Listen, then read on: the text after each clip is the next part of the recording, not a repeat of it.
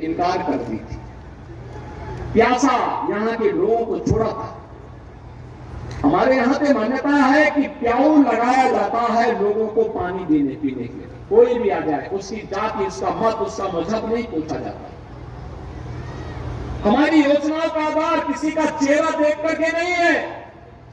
प्रधानमंत्री मोदी जी ने 2014 में एक ही मंत्र दिया था, सबका साथ, सबका विकास का, सबके विश्वास और सबके प्रयास का। हम तो उसी बात को लेकर के चले। हमने मकान देने में किसी का चेहरा नहीं देखा।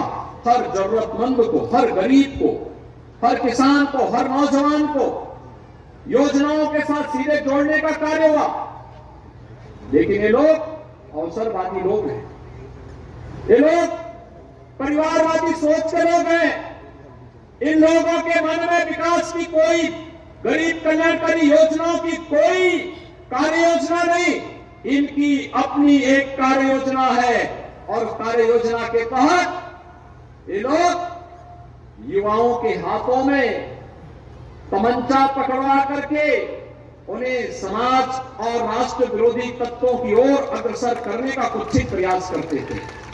आज भाइयों बहनों, उत्तर प्रदेश के युवाओं के हाथों में कोई तमंचा नहीं पकड़वा सकता। आज उत्तर प्रदेश के युवाओं के हाथों में टैबलेट है, टैबलेट। 2 करोड़ युवाओं को टैबलेट देने का काम किया जा रहा है। दोनों मंत्री यहां मंच पर बैठे हैं, तकनीकी शिक्षा के मंत्री आशीष पटेल जी भी और औद्योगिक विकास के मंत्री नंदगोपाल नंदी जी भी, दोनों यहां मंच पर बैठे हैं। जो लोग इस कार्य को कर रहे हैं, 2 करोड़ युवा, दुनिया के अंदर 2 करोड़ तमाम देशों की आबादी नहीं है। यहां पर हम 2 करोड़ युवाओं को टैबलेट देने का काम करेंगे, क्योंकि अभी यहां प्रिया जी कह रही थी निवेश आ रहा है। 35 लाख करोड़ रुपए का जो निवेश यहां आएगा, 1 करोड़ युवाओं को नौकरी मिलेगी, सीधे सीधे नौकरी। उस युवा को तब तक उसके टैलेंट को टेक्नोलॉजी और ट्रेनिंग के साथ जोड़ने का ये हमारा माध्यम है। हमारा युवा यहीं पे नौकरी पाएगा, यहीं पे उसकी प्रतिभा का उपयोग हम करेंगे और यहीं पे उसकी ऊर्जा, उत्तर प्रदेश के विकास को कई गुना बढ़ाने में हम उसका उपयोग करने जा रहे हैं। और इसलिए आपको पूछना चाहिए सपा के लोगों से, जब इन युवाओं को नौकरी देनी थी तब नौकरी हो जाए तमंचा पकड़वा रहे थे। जब उनको नौकरी दी, उनके रोजगार की व्यवस्था करनी थी, तब यहां पर परिवारवादी सोच के साथ वसूली अभियान शुरू कर दिए थे। मिर्जापुर और सोनभद्र के संसाधनों पर डकैती डाल रहे थे। प्रदेश के अंदर नगरों की स्थिति ऐसे लगता ही नहीं था कि नगर है। नगरों में ऐसी स्थिति लगती थी जैसे कोई कूड़े का ढेर हो। किसी भी नगर में आप जाइए, पहले नगर के बाहर कूड़े का ढेर का दर्शन होता था। लेकिन भाइयों बहनों, इससे पहले बेटियां स्कूल नहीं जा पाती थी, का आतंक होता था 17 के पहले उत्तर प्रदेश के अंदर। आज स्थितियां बदली हैं। आज नगर अमृत योजना और स्मार्ट सिटी मिशन के अंतर्गत चमचमाते हुए दिखाई दे रहे हैं। शहरों के अंदर एक नई व्यवस्था देखने को मिली है। स्वच्छ भारत मिशन ने गांव हो या शहर, इन सब की दूरी को कम करते हुए एक नए रूप में लोगों के जीवन में परिवर्तन लाने का कार्य किया है। आज भाइयों बहनों, सौदों का आतंक नहीं, बल्कि हमारे नगर और हमारे गांव सेफ सिटी और सेफ विलेज के रूप में, सुरक्षित गांव और सुरक्षित शहर के रूप में अपनी पहचान को बना रहे हैं।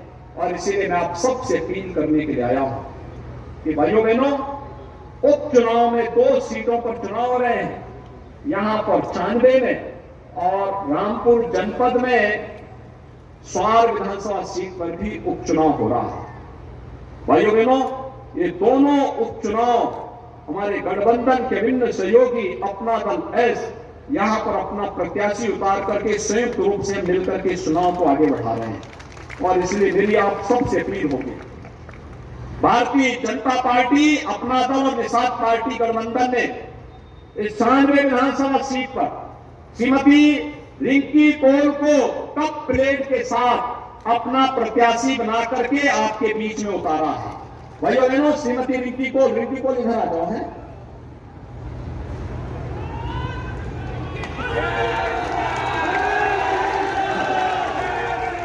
ये हमारे गठबंधन की कप प्लेट के साथ प्रत्याशी है 96 विधानसभा सीट पर।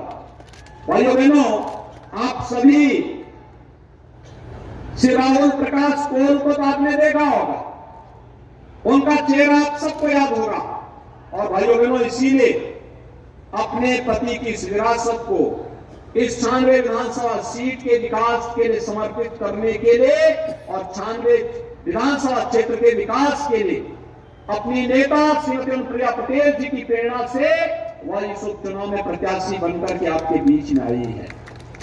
आपसे मैं अपील करूंगा कि कप प्लेट पर 96 विधानसभा सीट पर परसों होने वाले चुनाव में, यानी आज सायंकाल चुनाव प्रचार बंद हो जाएगा, आप सभी ने विजयी बना करके भेजेंगे ना?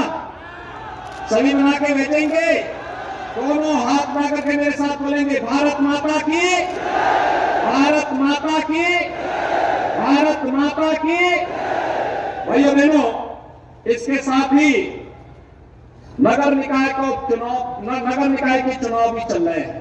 पूरे प्रदेश में पहले चरण का चुनाव संपन्न हो चुका है।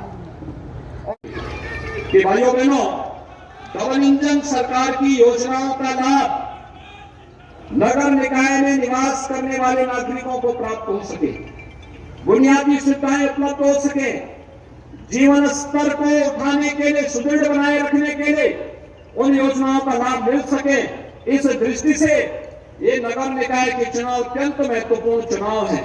और इसके लिए श्याम सुंदर केसरी को और अपने अन्य सभी प्रत्याशियों को भारी बहुमत से विजयी बनाने की अपील आप सबसे करते हुए मिर्जापुर, चुनार, अरोरा और कछवा से जुड़े हुए जितने भी हमारे मतदाता हैं उन सबसे भी करते हुए मैं अपनी वाणी को देता हूं विराम। एक बार मेरे साथ बोलेंगे, जय श्री राम, जय जय श्री राम।